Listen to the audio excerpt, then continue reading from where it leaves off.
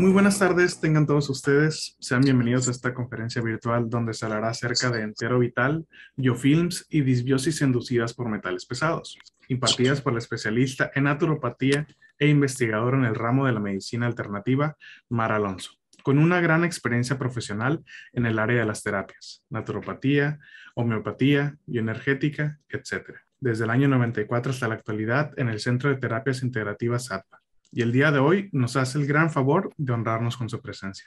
Aprovecho esta oportunidad para informarles la importancia de mantener sus micrófonos en silencio y su cámara encendida de ser posible. En caso de no ser posible, no hay ningún problema. Esto como señal de respeto para nuestra expositora. Sin más preámbulos, démosle la bienvenida a la especialista en naturopatía, Mara Alonso. Bienvenida. Muchas gracias. Bueno, este es un tema que sabéis que me apasiona, que ha sido un punto de inflexión a la hora de ayudar a las personas y bueno, pues mezcla muchas cosas, no sé hasta dónde llegaremos hoy, también un poco como surja, porque tocar el tema de biofilms, que es extenso, y el de metales pesados y microbiota es muy amplio. Entonces, me importa más que queden ideas claras que avanzar excesivamente rápido. En fin, que vamos a tratar de sentar una base y si hay que seguir hablando en otro momento, pues seguimos. Voy a compartir pantalla. La idea también, para mí es muy importante, dejaré buen espacio para preguntas o incluso en medio, eh, que os quede muy claro el modo de utilización de Enterovital y que no queden dudas en su manejo, en fin, en conocer bien el producto, ¿no?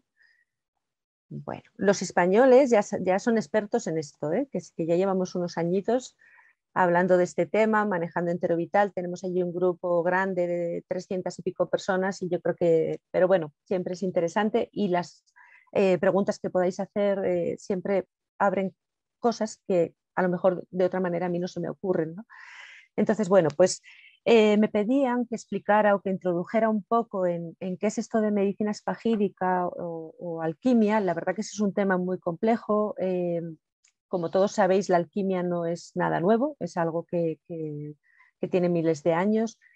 La diferencia entre alquimia y espagiria es la materia prima, o sea, es decir, la alquimia usa elementos del mundo mineral y la espagiria usa elementos del mundo vegetal. Después el procedimiento es similar, hay una separación de los componentes para su purificación y después se vuelven a unir. Es el solve et coagula, es la separación, purificación, se vuelven a unir y te queda un elemento con una vibración, con una pureza y con una energía completamente diferente a lo que era en origen. Nada tiene que ver la Artemisia absinthium que está en Enterovital con una tintura madre de Artemisia absinthium común, que también tiene su uso. De hecho, tiene una capacidad para desparasitar importante, pero no degrada los biofilms. Para degradar biofilms tuvimos que buscar la manera encontrar qué era esa planta, Artemisia absinthium, que es el ajenjo, y después el modo de preparación. Siempre cuando se buscan estos remedios universales, no solo es dar con el elemento en sí, sino que hay que dar con el modo de preparación. Eso también ocurrió con Avirovital, que tiene un proceso de preparación muy complejo. Entonces, Enterovital es Artemisia absinthium, es una especie de tintura madre, pero de la totalidad de la planta. Eso es un elemento clave. Hay otras tinturas en el mercado, pero falta la clorofila, o no han metido más que las hojas, y no, es la totalidad. Tenemos que volver a las signaturas, tenemos que volver a Paracelso, tenemos que conocer bien que el potencial de las cosas en la naturaleza está sin intervención, ¿no?, humana, o sea, sin trocearlo, sin querer sacar el extracto. Fijaros lo que ha hecho la medicina alopática, ¿no? Sacar de una planta un principio activo que tiene un efecto concreto, pero en la medida en que vamos haciendo un principio, sacando una sustancia de la totalidad, ya no tiene el mismo efecto y tiene un efecto cada vez más concreto, que puede ser útil, por supuesto, pero ya no tiene esa condición universal que tienen los remedios espagíricos. Es por eso que veremos que con Enterovital la degradación de biofilms es en todas las mucosas, que no es de una manera local, que es para todos los patógenos, no sirve solo para por ejemplo, E. coli o para Proteus o para los biofilms con el microorganismo que sea, sino que es para la totalidad. Es un concepto mucho más universal. Esto para mí es muy importante, que quede claro que nosotros estamos buscando remedios universales. Al igual que planteábamos con Solar Vital, como es energía biodisponible, pues potencialmente sirve para cualquier cosa. Es un cheque en blanco para que el sistema disponga esa energía para la vida en cada caso, en lo que necesite, en lo que sea prioritario, ¿no? En este caso, cuando después de conocer bien el uso de Solar Vital, de haber puesto a prueba, de haber hecho cientos y cientos de mineralogramas, de comprobar su efecto, pues nos encontramos que a pesar de trabajar microbiota como yo ya manejaba en ese momento, había un problema muy grave de intoxicación endógena desde intestino que no se resolvía con lo que habitualmente manejamos en el tratamiento de microbiota, ni con prebióticos, ni con probióticos, ni con nada. Había focos dentro del intestino, grandes productores de tóxicos que hacían que, aunque por otro lado se limpiara el terreno, se limpiara la matriz extracelular, la matriz intracelular, se quelara, se sacaran metales pesados, seguía habiendo carga tóxica y en este caso no era por una fuente exógena, era una fuente endógena y era en intestino. Entonces, en ese punto ya vimos, en buena parte gracias a la bioresonancia, que había como nidos de microorganismos en el intestino que eran grandes productores bueno, pues eso, de amoníaco, de alcohol, de histamina, de otras aminas biógenas y de un montón de sustancias tóxicas. Y esos nidos no respondían a tratamientos ni antibióticos farmacológicos, ni antibióticos naturales, ni a nada. No respondía a lo que conocíamos. Hablo en casos donde los biofilms patogénicos eran cuantitativamente muy importantes. Entonces había que hacer algo para solucionar ese problema. La parte que nos pareció, hablo en plural porque éramos un grupo de gente investigando y buscando qué hacer. Entonces, lo más inteligente no es ir a matar bichos, sino es degradar esas superestructuras y de esa manera la microbiota se recoloca. Si los bichos fueran patógenos, pues puedes plantearte matarlos y muerto el perro se acabó la rabia, pero es que no es así. Estamos hablando que en intestino viven millones de microorganismos con los que tenemos una relación mutualista y nos proveen de nutrientes, entrenan nuestro sistema inmune, o sea, tienen tanta importancia para nuestra salud que la vida no sería posible sin ellos. Entonces no es ir a matar a cañonazos, sino que había que degradar solo, acabar solo con esos patógenos que estaban en sobrecrecimiento. Y lo más interesante era eso, ¿qué les fortalece estas superestructuras? Pues buscar algo que degrade esa matriz de esos nidos, que ahora lo vamos a conocer bien. Entonces, no matamos bichos, simplemente degradamos la estructura que sostiene esas estructuras que se comportan como estructuras pluricelulares, que son de multiespecie.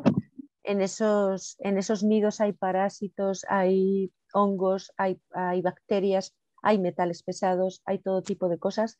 Y entonces degradándolos, en muchos de los casos se coloca por sí solo. En otros podemos apoyar con antibiótico natural, por ejemplo, ¿no? Con orégano, con propóleo, con pomelo, con lo que sea. Pero en líneas generales, simplemente con la intervención con enterovital para degradar esa matriz que sustenta estos grandes nidos, ya tenemos resuelto el paso más importante. Después, si es necesario, pues ya vamos recolocando, apoyamos, metemos prebióticos, probióticos o lo que sea necesario. Pero este punto era fundamental. Bueno, entonces, vamos a empezar un poquito. Esta parte ya os digo que ya creo que la conocen bien los compis de España. Cuando me puse a profundizar en este tema de los biofilms, bueno, pues me topé con que en realidad no era inusual que las bacterias vivieran en modo biofilm, sino todo lo contrario. Lo que pasa es que una cosa es el biofilm sano, la biopelícula, que les proporciona adherencia y hace que tengamos una microbiota estable, que no la perdamos, ¿no? Porque si no, no estarían ahí de manera estable. Y otra cosa es los biofilms patogénicos. En todo caso, estamos hablando de los que generan patología, de los problemáticos, ¿vale? Pero las bacterias viven en el 90 y tantos % en modo biofilm. Existen en dos formas en la naturaleza las bacterias, en modo planctónico o de libre flotación, y las bacterias en microorganismos, o sea, en colonias sésiles, en colonias fijadas a una superficie. Y para mí, fundamental, solo con que se comprenda esta diapositiva, me parece que ya tiene una grandísima importancia. Desde los tiempos de Koch, todo lo que está estudiado, todos los estudios clínicos, todas las intervenciones terapéuticas, todo está basado en gérmenes en modo de libre flotación o en modo planctónico. Y su comportamiento, su metabolismo, su expresión fenotípica es completamente diferente. De manera que no es que nos sirva, pero desde luego creo fundamental que se integre el conocimiento de la vida de las bacterias en modo biofilm para poder hacer después intervenciones terapéuticas que sean efectivas.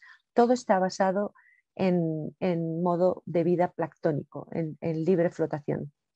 ¿Por qué? Pues porque eso es lo que se tiene in vitro.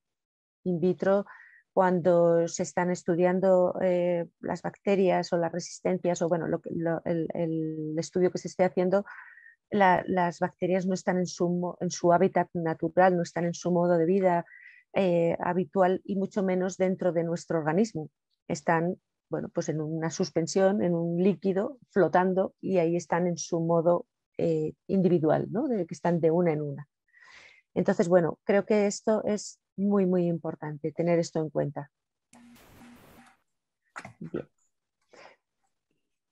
Esperar que quite esto. Vale. Entonces, bueno, pues ¿cómo se genera? Pues una bacteria se une a una superficie, encuentra un medio adecuado, una superficie a la que adherirse, como pueden ser nuestras mucosas sí, dentro de nuestro cuerpo, se ancla y empieza a reproducirse. Evidentemente, una bacteria se ancla en un lugar porque le provee de los nutrientes que necesita, porque tiene una condición y un ambiente adecuado, tiene un pH adecuado, tiene su comida, o sea, encuentra casa y comida para sobrevivir. Y entonces decide quedarse ahí a vivir y hacer familia y empieza a reproducirse. Y cuando ya hay una buena cantidad, cuando forman una cierta masa crítica, entonces empieza a formar la matriz de sopolisacáridos. Son las propias bacterias las que forman la estructura, los ladrillos, todo el material del biofilm, son las propias bacterias las que lo producen. Aquí vemos un poco pues, en la imagen eso, ¿no? Cuando llega la bacteria, se ancla, queda fijada a esa superficie, en principio de manera irreversible, después se va multiplicando y cuando hay un cierto número empieza a producir esta matriz de sopolisacáridos para formar ya un gran nido, ¿no? Este fenómeno está guiado por un sensing, que es otro fenómeno muy interesante, es el fenómeno de comunicación entre las bacterias de distintas especies y entre las de la misma especie. Es como que cuando han hecho esa estructura, llaman a otras por distintas moléculas y por distintos elementos de señalización para que vengan allí a vivir, ¿no? Es como que se silban, ¿no? Entre ellas. Bueno, entonces, la clave. Cuando yo estoy hablando de biofilms patogénicos, estoy hablando de que sobrecrecen determinadas bacterias que no me interesa que estén en gran cantidad, como son las bacterias proteolíticas, E. coli biovare, Proteus vulgaris, Pseudomonas, Klebsiella, Hafnia, Campylobacter. Bueno, hay un montón de bacterias proteolíticas. Porque fijaros, esas bacterias tienen que estar en una cantidad pequeñita. Y aquí estamos planteando, cuando hay un crecimiento que llega a una masa crítica determinada, comienza la formación de estos biofilms. ¿Vale? Esto sería la teoría del biofilm que usa la Borrelia. Fijaros, en un problema tan severo como la enfermedad de Lyme, es absolutamente imprescindible manejarlo con el conocimiento de los biofilms.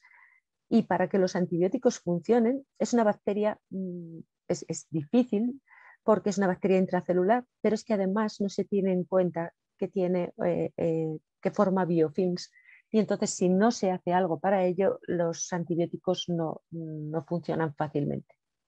Entonces, bueno, importantísimo. Para que empiecen a formarse estos biofilms, tenemos que llegar a una masa crítica de bacterias. Y es por eso que nos encontramos estos biofilms patogénicos en esos intestinos que tienen un sobrecrecimiento bacteriano, que tienen un sobrecrecimiento especialmente de bacterias proteolíticas. Después ahí conviven con hongos, con parásitos y con otro tipo de microorganismos, pero la principal productora de biofilms es la bacteria. O eso sabemos hasta ahora, porque ya hay, ya en la clase del viroma, en la siguiente ya os enseñaré el estudio que demuestra cómo un virus, que no recuerdo ahora el nombre, es un virus responsable de la leucemia, es formador de biofilm sin colaboración y sin ayuda de las bacterias. Eso es un dato extraordinario, porque hasta la fecha pues uno piensa que los virus pueden estar en los biofilms, que pueden incluso expandirse y replicarse, pero de la mano de las bacterias. En este caso hablamos de una formación de biofilms por parte de los virus. Y también he leído algún artículo como, por ejemplo, Candida albicans es también formadora de biofilms. Así que creo que esto pues todavía tenemos mucho que aprender y lo iremos ampliando. Yo estoy preparando ahí material nuevo interesante, pero bueno, sobre todo que nos quede esa idea, ¿no? Hasta lo más estudiado y de lo que más podemos encontrar es sobre bacterias, pero ya hay estudios que demuestran que tanto virus como cándida son formadores de biofilms por sí mismos, que vivían en biofilm ya sabíamos, pero es que pueden formar biofilms. Y si lo hace este virus que os digo responsable de la leucemia, o si lo hace un tipo de hongo, pues probablemente lo pueda hacer cualquier microorganismo. Bueno, esto sería la foto de la formación de biofilms de la borrelia. Fijaros la diferencia en la imagen de la derecha. Esta zona es borrelia en modo biofilm y esta otra en libre flotación. O sea, no tiene nada que ver si nos planteamos un problema con una infección bacteriana en este modo que cuando están aquí. Además, en el biofilm o sea, adquieren una capacidad tremenda para modificar el medio que sea adecuado para seguir ellas creciendo. O sea, todo se estructura y todo se pone al servicio de estas bacterias para seguir creciendo. Ya el huésped quedó en un segundo plano. Desde el punto de vista de la bioresonancia, una bacteria, por ejemplo, E. coli, en su biopelícula, en su justa medida, sin llegar a esa masa crítica de sobrecrecimiento, tiene un patrón de frecuencias completamente diferente a esa E. coli en modo biofilm. Ya digo que cambia hasta su expresión fenotípica, cambia su metabolismo, entonces son capaces de producir muchísimo más tóxico, porque ese tóxico, por ejemplo, el amoníaco, alcaliniza el pH y favorece la replicación de estas bacterias. Entonces, llegados a ese punto, es lo que yo me encontraba con estos casos de neurodegeneración o con el autismo. En ese punto es como ya se vuelven invencibles, es como un superorganismo que todo está a su disposición y entonces desde fuera lo que tú tomas por vía oral no llega o no es suficiente, o por lo menos esa fue mi experiencia. Entonces, ¿cuál es el mecanismo más inteligente? Romperles el chiringuito, degradar esas casas, esos edificios, esas macroestructuras, y así pierden esa fortaleza, porque estos microorganismos por separado no son gran cosa. El problema es la cantidad, ¿no? Que si les rompes esas superestructuras vuelven como a su comportamiento normal y son mucho menos patogénicos, o sea, no tiene nada que ver. Además tenemos recursos para hasta esa cantidad que todo esté perfecto. Por ejemplo, el producto de unas bacterias, que puede ser el amoníaco, es utilizado para la síntesis de aminoácidos por otras bacterias, con lo cual es todo perfecto. En el ecosistema intestinal eubiótico equilibrado es todo perfecto. Los residuos de una o los metabolitos de unas bacterias son utilizados para otro proceso. El problema es el desequilibrio del ecosistema y siempre pensar en un ecosistema de la naturaleza. Las plagas nunca son el problema en sí mismo de esa especie. Es que el medio ha cambiado o falta el depredador o falta el alimento de otros y hay exceso de lo que comen estos. Es una cuestión de equilibrio. No podemos pensar en microbiota dividiendo las partes. Tenemos que tener muy claro que es un órgano. La totalidad de microbiota tenemos que considerarlo un órgano y es un órgano que tiene una cualidad increíble que es el movimiento. Nosotros no podemos cambiar la composición de nuestro hígado ni de nuestros pulmones, pero sí que podemos cambiar. La microbiota sí que puede variar, es decir, suben unas bacterias, bajan otras, crecen estos hongos, crecen los otros.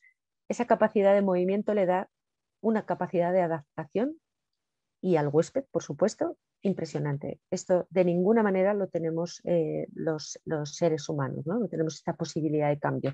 Microbiota sí, microbiota puede variar según las circunstancias.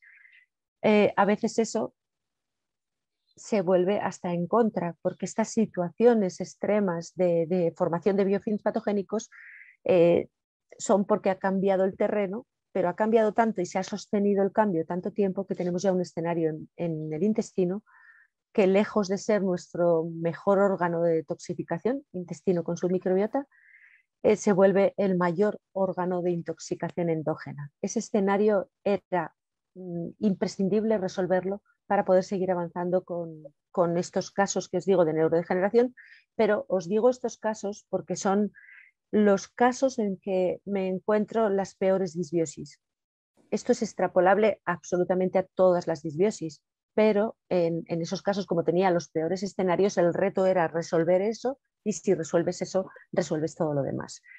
Estas disbiosis que conllevan estos biofilms son las disbiosis que cursan con aumento de determinados grupos bacterianos o de determinados grupos fúngicos o incluso virales que conllevan este crecimiento. O sea, es cuando los patógenos facultativos crecen y se empiezan a comportar como patógenos en vez de ser una parte de nuestra microbiota autóctona que cumple unas funciones y listo. Es como Cándida. Cándida, todos sabéis que no es una infección externa, es un microorganismo que vive con nosotros, tiene sus funciones, como por ejemplo participa dentro del metabolismo de los hidratos de carbono, pero cuando hay un exceso de Cándida, Cándida deja de comportarse. Este sería un buen ejemplo, ¿no?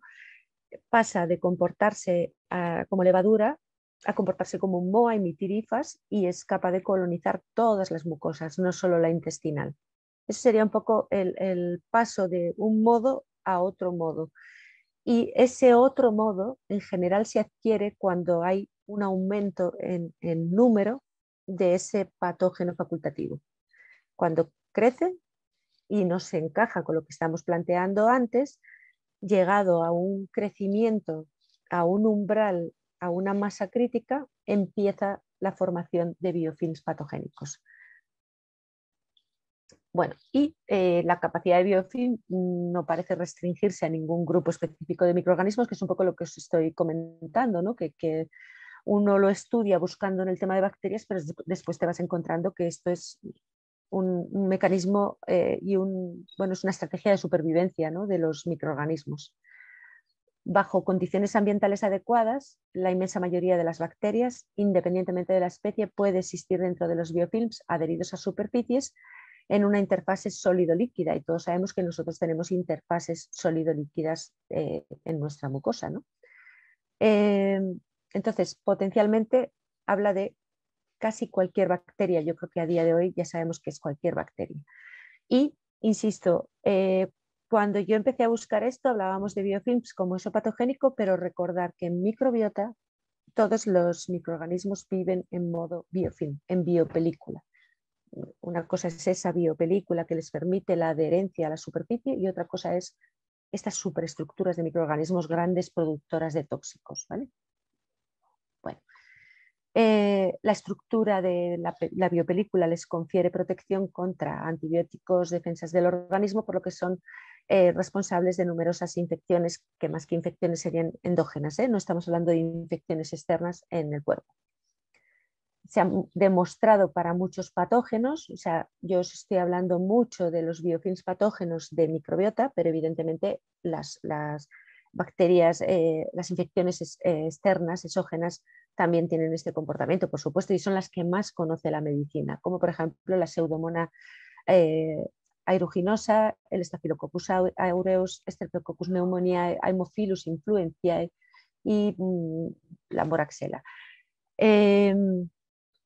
La cuestión es cuando, por eso todo es cuestión de carga viral o de carga cuantitativamente, ¿no?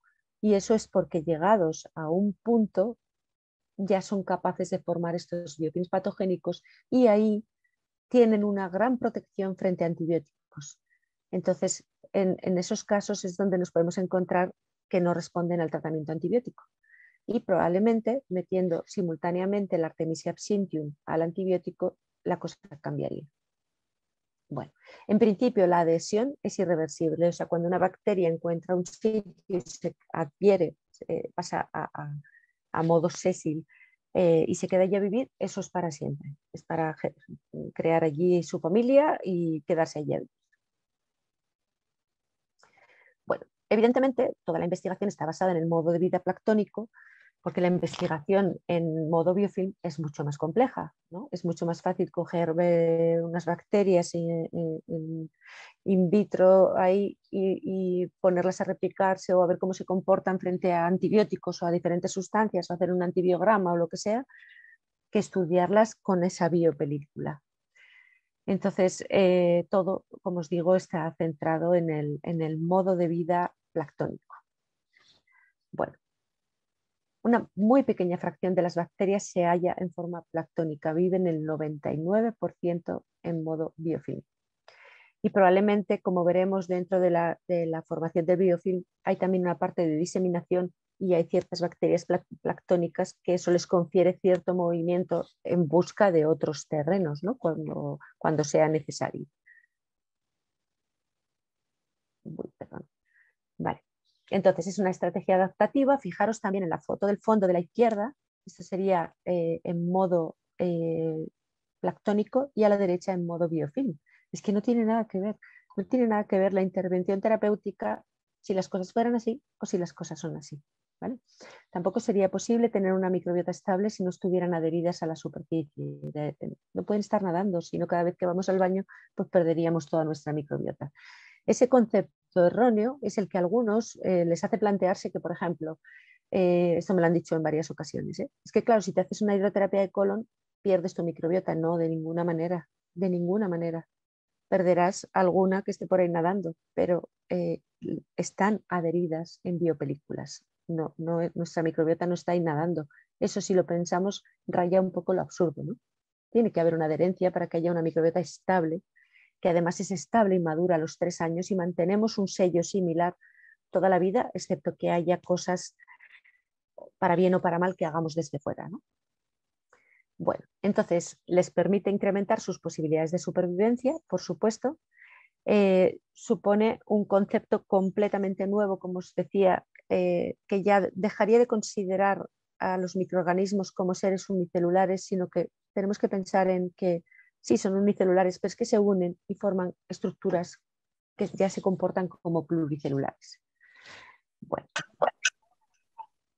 entonces son complejas comunidades de microorganismos que crecen embebidos en una matriz orgánica polimérica autoproducida. Esa matriz orgánica polimérica es lo que llamamos matriz extracelular y es exactamente lo que degrada el Artemisia absinthium. Entonces, ellos producen esa matriz en la que luego viven y esa matriz está adherida a la mucosa. Y pueden tener una única especie, pero dentro de microbiotas eso es muy poco común, sino que como entre los microorganismos después, al igual que decíamos que unas bacterias tienen un metabolito que otra lo utiliza para formar aminoácidos, también ocurre esto con microorganismos de distintas diferentes, ¿no? Puede que los residuos bacterianos sean interesantes para el parásito o para el hongo, ¿no? Entonces, rentabilizan mucho los nutrientes porque cada metabolito es utilizado por otra especie. Vale. Bueno, importantísimo, que esto ya os lo he comentado, el fenotipo es diferente, cambian, hay una expresión fenotípica que hace que sean completamente diferentes en su rendimiento metabólico, en los productos que producen. Entonces, en general ese cambio es para mal para el huésped porque las hace mucho más productoras de tóxicos. Vale. Y por supuesto, también cambia la tasa de crecimiento, se vuelven mucho más capaces de reproducirse, o sea, a una velocidad muchísimo mayor. Bueno,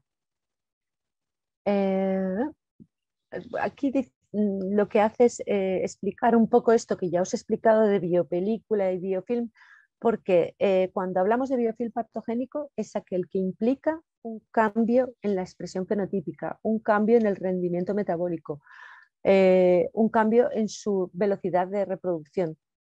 En cambio, estas otras que están de manera o sea, unidas a una superficie en modo biofilm no tienen ese comportamiento, ¿vale? Patogénico sería cuando hay ese cambio de expresión fenotípica y todo lo que conlleva este cambio.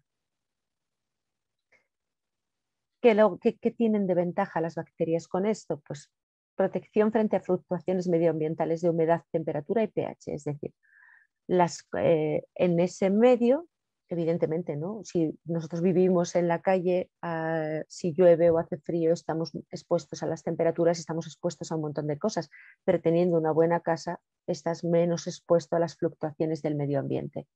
Eso les da supervivencia, ¿no? Incremento de la disponibilidad de nutrientes y facilita la eliminación de desechos. Ya veremos que tienen hasta canalizadas las entradas de agua y salidas de desechos. Es una cosa bastante alucinante. Entonces, mayor capacidad de supervivencia. Con menos comida pueden vivir más. Mejor aprovechamiento del agua, reduciendo la posibilidad de deshidratación. De hecho, los biofilms son en un 90 y no sé cuánto % agua. Y una de las estrategias del Artemisia absinthium, o sea, uno de los mecanismos de Artemisia absinthium es desecarlos. Si les sacas el agua, estos microorganismos no sobreviven. La rentabilizan muy bien, pero si atacamos a eso, pues bajamos su posibilidad de supervivencia. Y posibilita la transferencia de material genético, la cercanía entre tantos microorganismos, pues hace muy fácil la transferencia, ¿no? esta transversal de genes. Y pueden, por ejemplo, transferirse la información de resistencia a antibióticos, que lo traigan una especie, pero esa puede ser aprendido por otras, ¿no? Vale. Entonces, esto es conocido desde los años 70, principalmente por lo que se encontraba, creo, en los materiales de quirófano y todo esto. Aquí insisto en aquello de la terapia de la mayoría de infecciones humanas está basada en el estudio en modo planctónico, ¿vale? Por eso creo que se podrían, incluso con los mismos productos, mejorar su rendimiento si hacemos simultáneamente la degradación de esa matriz. Bueno. Y los gérmenes en sí mismos pueden crear condiciones para formar biofilms casi en cualquier ambiente líquido, en esa interfase sólido-líquida. ¿Dónde vemos comúnmente nosotros biofilm? Pues en un jarrón, ¿no? Eso que es así como barrillo, como suave, ¿no? En las piedras de los ríos, en esas zonas de interfase sólido-líquida. Y el conocimiento, yo creo que más común de esto de los biofilms, es bien conocido por los odontólogos, es la placa bacteriana, ¿vale?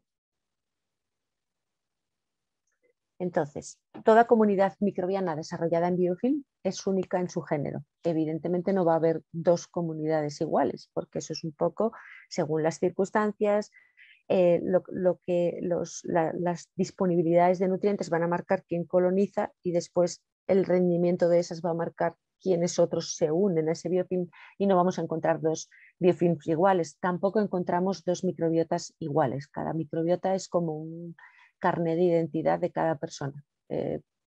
gracias a que como tiene tantas variables, pues es única, ¿no? Para cada uno. Bueno. Pero algunos atributos pueden ser considerados universales, igual que ocurre con microbiota. Microbiota es diferente en cada persona, pero sus funciones son las mismas. El rendimiento metabólico es el mismo. De microbiotas sanas de diferentes personas, al final lo que importa es eso, ¿no? Que cumpla sus funciones y que tenga un rendimiento metabólico determinado. Y eso se cumple con diferentes composiciones en microbiota. Vale, entonces esto de la matriz extracelular son polímeros, vamos, es básico, es la estructura de los biofilms y recordar que la producen las propias bacterias. Las células bacterianas componen el 15 al 20% del volumen, no se dividen al interior de los biofilms, probablemente por ese fenotipo alterado, se van a dividir hacia afuera. ¿Vale? La matriz incorpora grandes cantidades de agua, mira aquí si lo pone el 97%, hasta el 97%.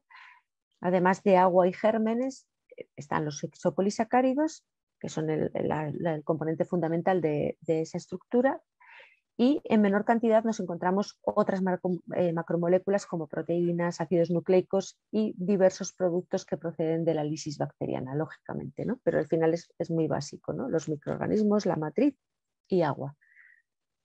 Pero después ya veremos que aquí ya lo comentamos, esa matriz se puede hacer mucho más sólida y se puede hacer como puede lograr un apantallamiento casi al 100% con los metales pesados. ¿Vale? Bueno.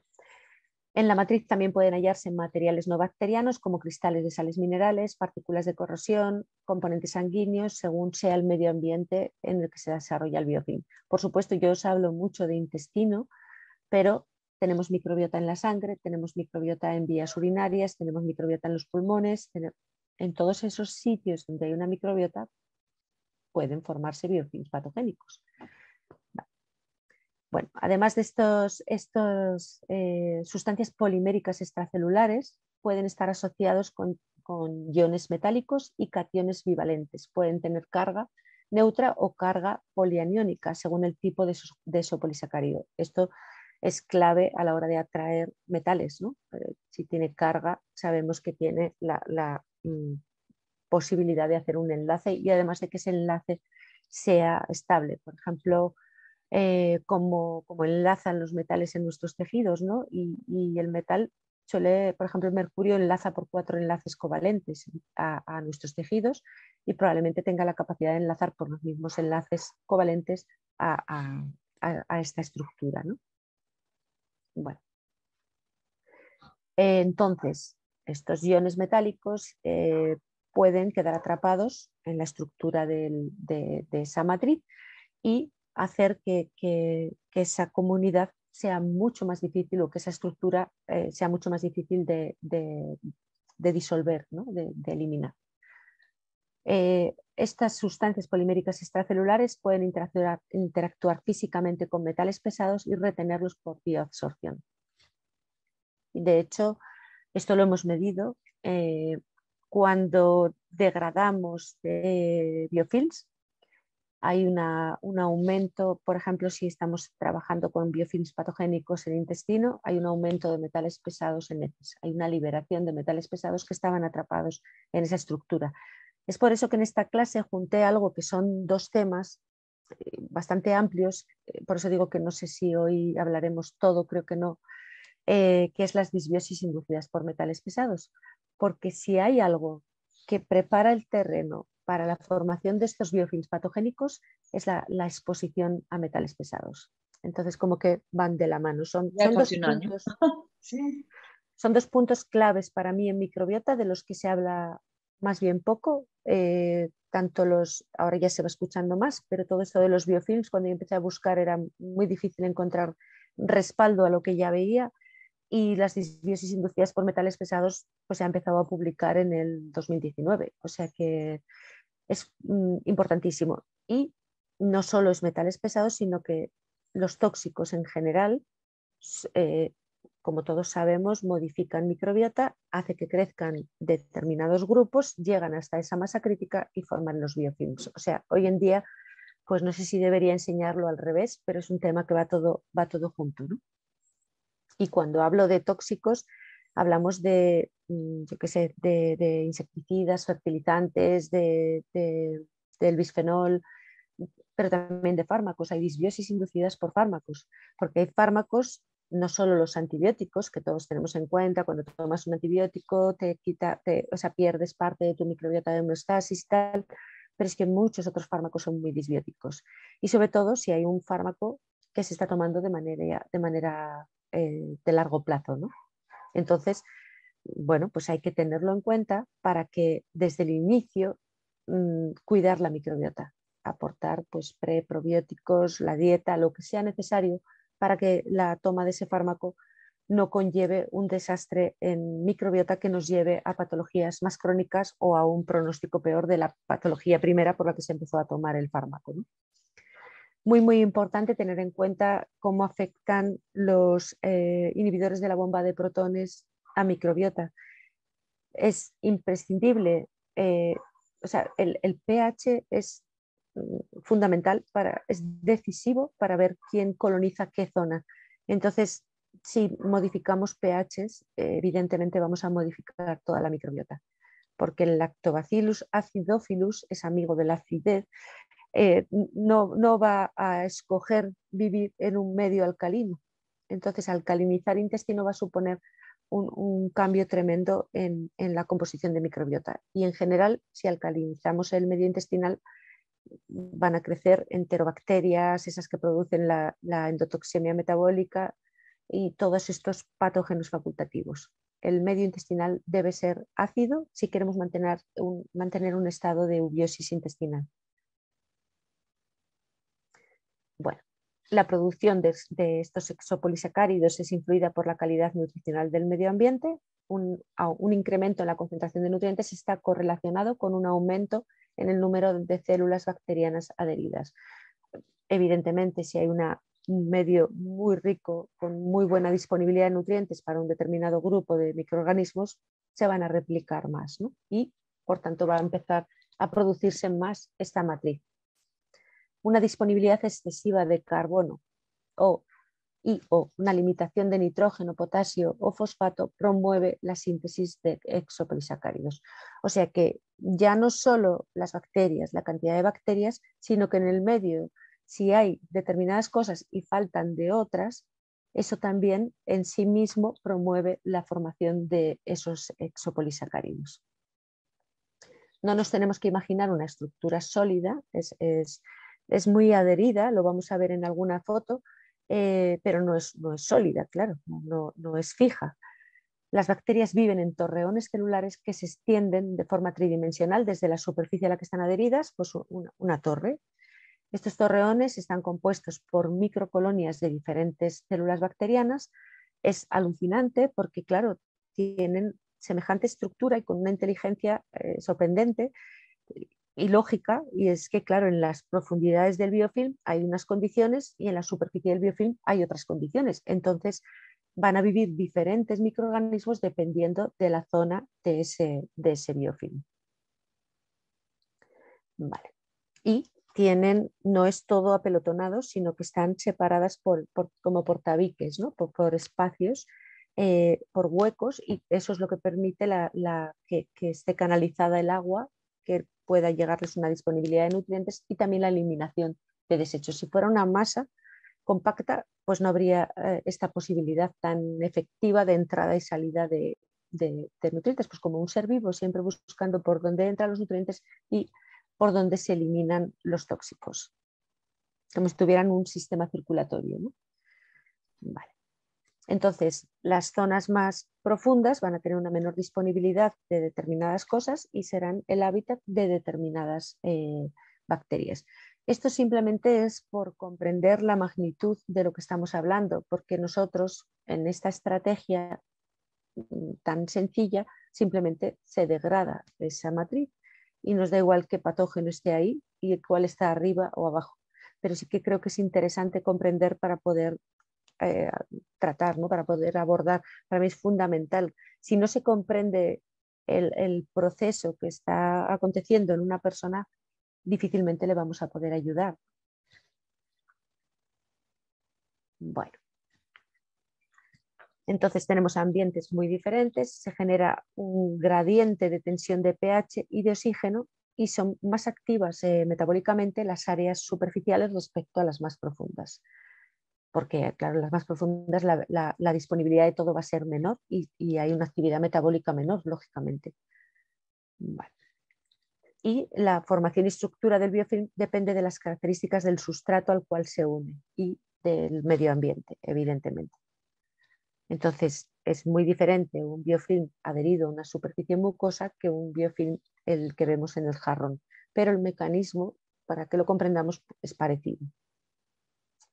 Los biofilms de mucosas son modulados por la respuesta inflamatoria del huésped y además por proteínas y células del huésped que contribuyen a su composición. Ni nos imaginamos la repercusión que puede tener después esto, porque tu sistema inmune lo está detectando y lo está intentando combatir, pero hay un escenario completamente proinflamatorio, hay una señalización completamente alterada, pero el sistema inmune en todo momento va a estar intentando combatir esta situación. Esta es la formación. Aquí tenemos un sitio, una superficie estupenda que tiene disponibilidad de nutrientes. Hemos dicho que tiene que ser una interfase sólido-líquida. Por aquí pasa el agua, aquí tengo una superficie sólida. Llega una bacteria, encuentra un medio adecuado, se adhiere a esa superficie, se replica, o sea, se reproduce y a partir, como hemos dicho, de una cierta cantidad, empieza a formar esa matriz de polisacáridos para formar ya su edificio, ¿no? Este es el torreón. Bueno. Los ciclos vitales, aquí pues bueno, no me voy a enrollar mucho, es simplemente pues, la parte de adhesión y un poco la explicación de cómo se adhieren estas bacterias. Algunos lo hacen a través de fimbrias o flagelos o de determinados mecanismos. La segunda fase sería el crecimiento y el tercero, la separación o desprendimiento, que de esto todavía no hemos tocado mucho. ¿Vale? Bueno, aquí nos voy a comentar. Ya la presentación, como siempre, me la podéis pedir, ¿vale? Para que lo podáis leer con más tranquilidad. Bueno, las propiedades físico-químicas de la superficie también pueden ejercer una fuerte influencia en el grado y extensión de la adhesión. Evidentemente va a marcar qué terreno tenemos para ver cómo y cuánto se adhiere, en qué superficie, cuánta extensión, ¿no? También pueden influir otras variaciones como la velocidad de flujo, temperatura del agua y concentración de nutrientes. Y esto es muy importante. Se ha encontrado que un incremento en la concentración de diversos cationes como sodio, calcio y hierro fundamental, afecta la adhesión de pseudomonas a superficies de vidrio. Una de las estrategias de tratamiento de estos biofilms patogénicos es la quelación del hierro, porque el hierro favorece mucho la formación de biofilms patogénicos. Y fijaros que por ejemplo, la ferritina es un marcador de inflamación, o sea que en contexto de infección hay mucha alteración del metabolismo del hierro, mucha alteración de los minerales. Por ejemplo, en la COVID había un grandísimo problema de hierro, que para mí es el problema de la oxigenación. Hay un problema de transporte de oxígeno, no un problema pulmonar. Y luego había desequilibrios con el cobre. Lo que pasa que esto no se ha medido, pero en los casos en que he podido medirlo había también una alteración con el cobre. De primeras es como si hubo un artículo buenísimo al principio, en abril del 2020, que hablaba de cómo se liberaba del grupo M el hierro. Entonces, un poco por dar ahí la idea, ¿no? Que esa cantidad de hierro circulante, que después pasaba a depósito en forma de aumento en ferritina, quizá también promovía más la replicación viral, la formación de biofilms o qué sé yo, ¿no? Pero sé que eso está muy implicado, o a lo mejor no tiene una afectación directa en la replicación viral, pero sí en la bacteriana, que es después el terreno abonado para que se complique esa infección inicial. La segunda fase sería la de crecimiento. comienza a dividirse, las células se van bueno, pues formando ese núcleo inicial.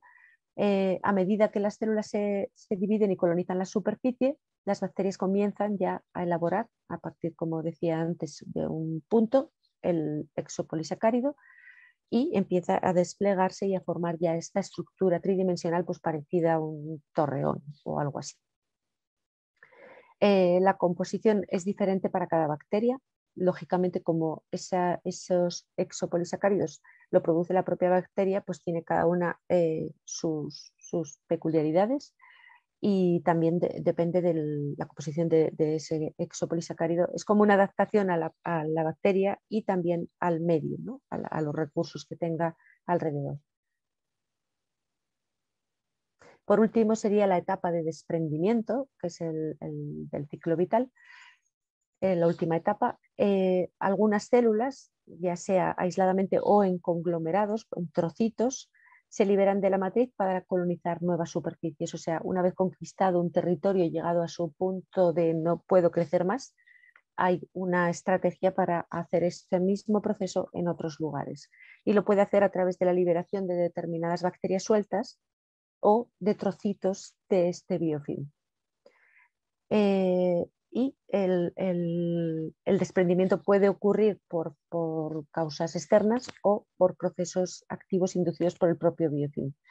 Y es a través de 3 mecanismos, que sería erosión o deslizamiento. Es una, bueno, como que pequeña.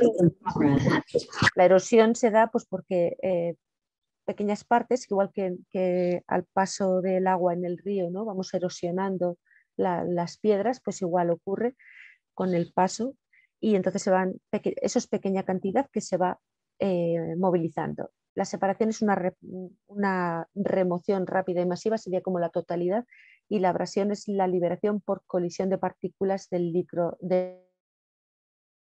circundante.